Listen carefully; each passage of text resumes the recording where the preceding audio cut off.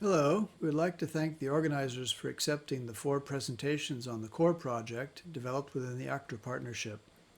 I will present an overview of the project, and my colleagues Adler, Rosner, and Hasegawa will discuss analysis of scores and recordings.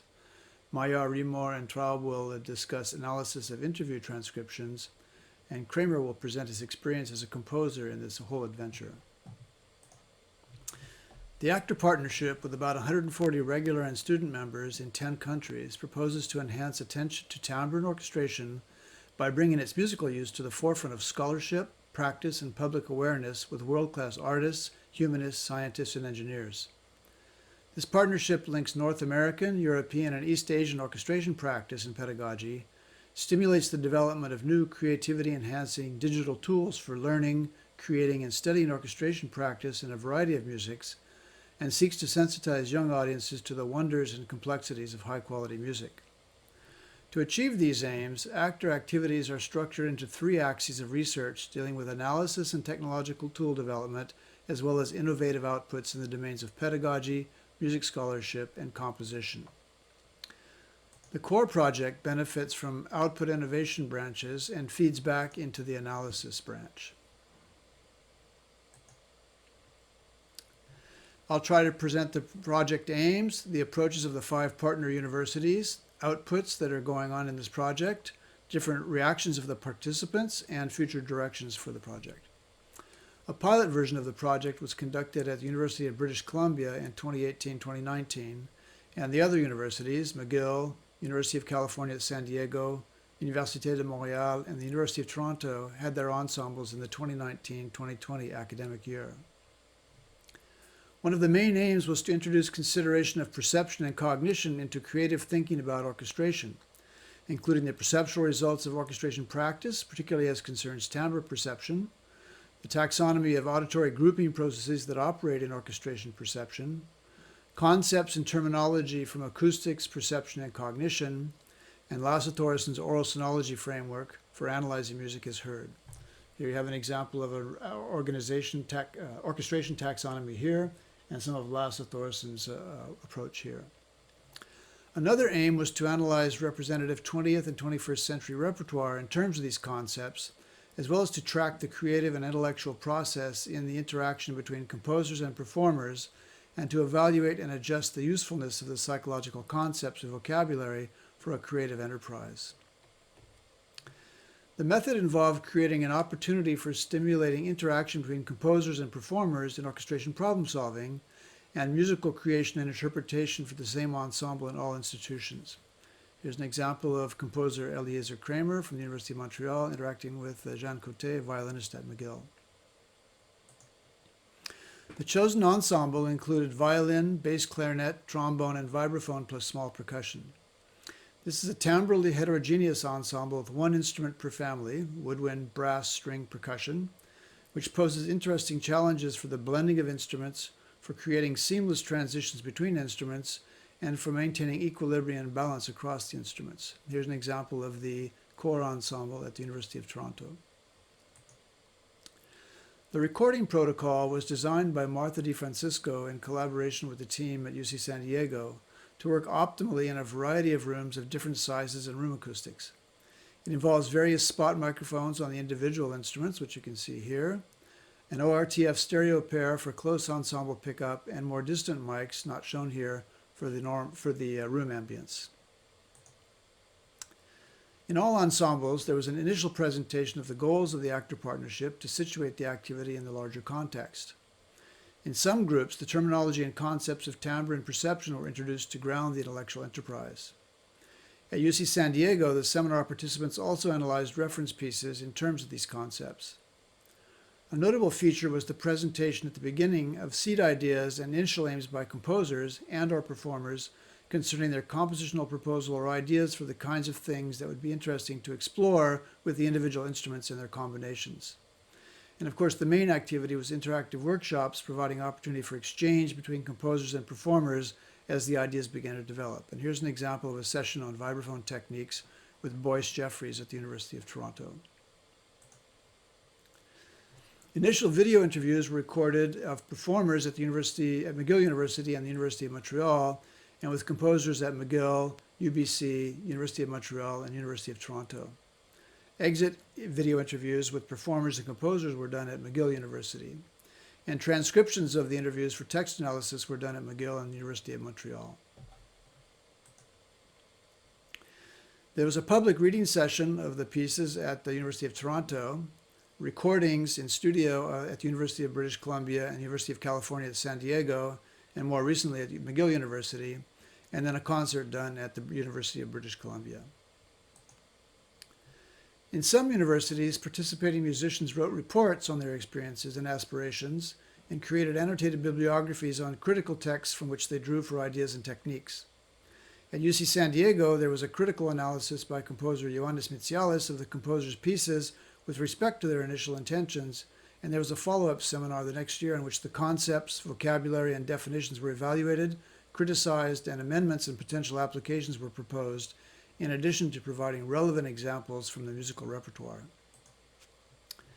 Various methods were used in the creative process and for exploratory work by composers to communicate with performers, including sketches, diagrams, and graphics. Here's an example of a graphic design created by Ramzi Sadaka at an early stage at the University of British Columbia.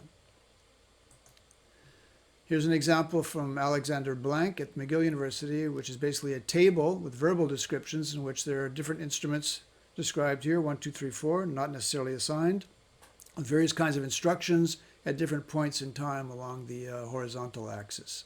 And then this created, the output was a sort of an improvisation that was done by the musicians based on what they were reading for each instrument to which they were assigned. Here's an example that started off more as graphic and then began to get more and more precise with the musical notation along with some verbal descriptions going on here. This is done by Joshua Buki at the University of Montreal. Here's more of a real sketch of music that was created at an early stage by Quentin Louvray at McGill. And Quentin also had sessions where he would play sounds to the performers who would then try to imitate them either with individual instruments or combinations of those instruments. And here's an example of that.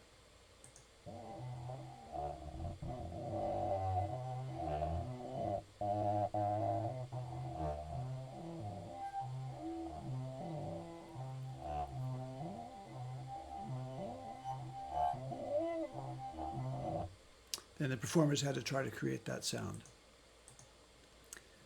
So let's just start, and this time we'll start with Sang.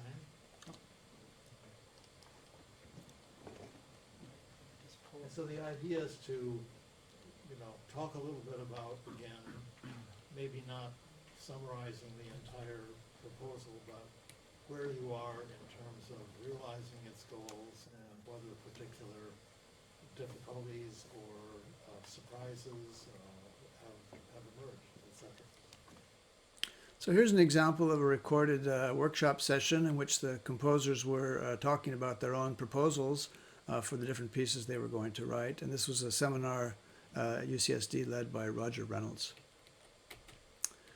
There were also exploratory sessions of early sketches and so on. And here's an example of a session at the McGill University in a piece that was an early sketch that was done by Pedram Diba.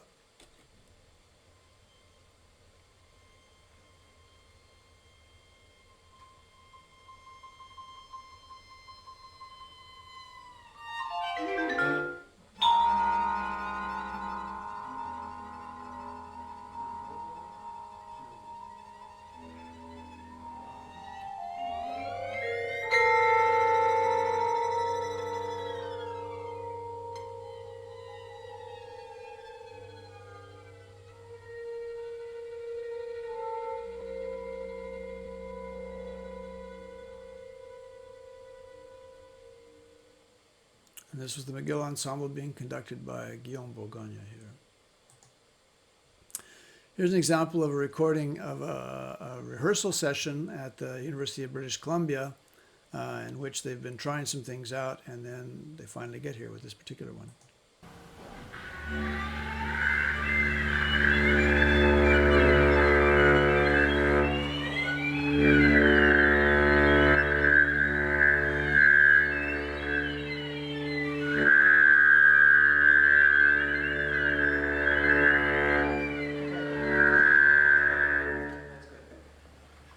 Yeah, no, I think that's better. We also had interviews that were videoed at McGill and University of Montreal, and the interviews with composers and performers were filmed, and to date the ones at Montreal musicians in either French or English have been transcribed for text analysis, which Justine Maillard, Caroline Traube, Lindsay Remore, and I will present in a subsequent presentation. Here's an example of the interview with bass clarinetist Eliot Foster. What particular sorts of opportunities does this ensemble present to you in your role as a performer? I feel like the biggest thing is collaboration. Like, not only just like performer to composer, but just performer and performer. Like, this week we got to get together, and then for an hour and a half we just like played random sounds together, which was really cool, and we never get the chance to do that. So I think just like exploring what every possibility we have on our instruments and like what possibilities exist between the instruments, and then also I guess between the composers and the performers, it would be like having the chance to actually speak about what they want to hear come out of our instruments, and like being able to talk about what's possible and what is not possible, and like thinking of everything that we may not have previously like conceived of doing. I'll briefly show some examples of the resulting scores to just give you a visual taste of the diversity of styles that came out, which was quite diverse among the 22 different pieces that were created across the 5 universities. Here's one by Jacques Zafra at the University of California at San Diego, who was one of among 10 participating composers at UCSD. You can see various techniques being used here for trying to get different sounds coming out of the different instruments. Here's one from Eliezer Kramer, who is one of 2 composers at the University of Montreal, who will present more on his individual approach in a subsequent presentation. Here's one by Pedram Diba, who is one of 3 composers at McGill. Analysis of the McGill composers will be presented by Yuval Adler, Joshua Rosner, and Bob Hasagawa in the next presentation. Here's one by Ramzi Sadaka at the University of British Columbia. He's one of 2 composers at UBC. And here finally is one by Tristan Zaba, who is one of 5 composers at the University of Toronto. As already mentioned, there were audio or audiovisual recordings of pieces at public reading sessions at the University of Toronto, in studios at McGill and UC San Diego, in concert with the University of British Columbia. UBC ran the pilot project in 2018-2019 and so was able to finish with a concert, whereas the concerts and all other institutions were canceled in spring 2020 because of the pandemic, but will hopefully become possible in the near future.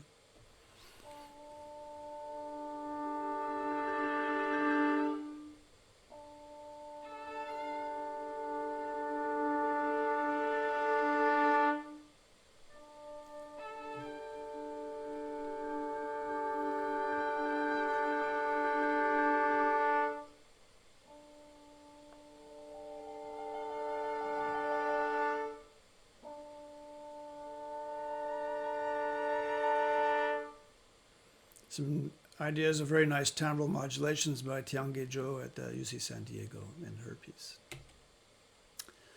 One question we were interested in was what performers and composers learned from each other in this interactive setting.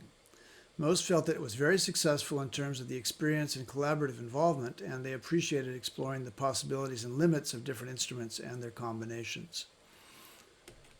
One of the main aims was to get musicians to take into account processes involved in perception, memory, and attention by having them reflect explicitly on these things.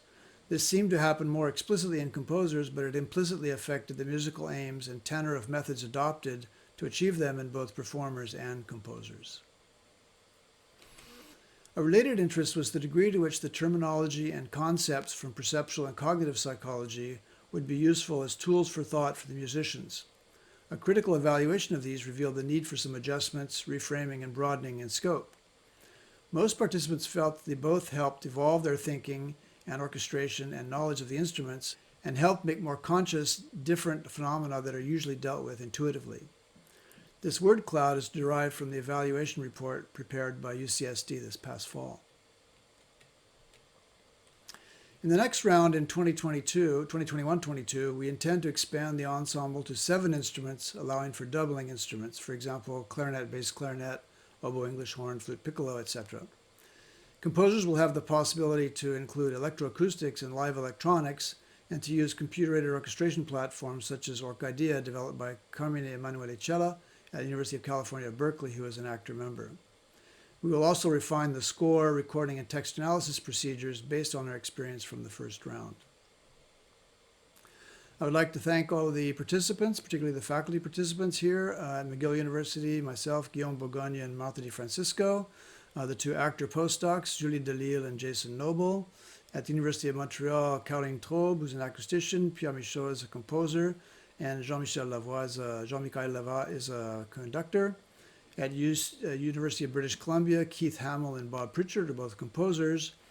Similarly, at UC San Diego, Roger Reynolds and Rand Steiger are composers, and Eliot Britton is a composer at the University of Toronto. Also, many thanks to the Canadian Social Sciences and Humanities Research Council for funding the Actor Partnership, to our universities for infrastructure and support, and to the student composers and performers for their active engagement in this unusual process. There were also numerous technicians, recordists, and research assistants who gave enormous amounts of help to the project. And thank you for listening.